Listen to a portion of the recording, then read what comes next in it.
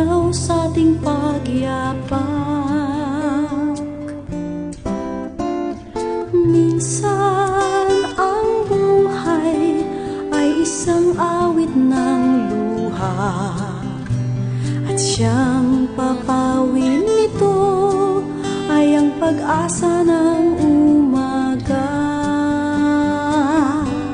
At kahit anong tindi ng unos, at kahit anong tindi ng tibig,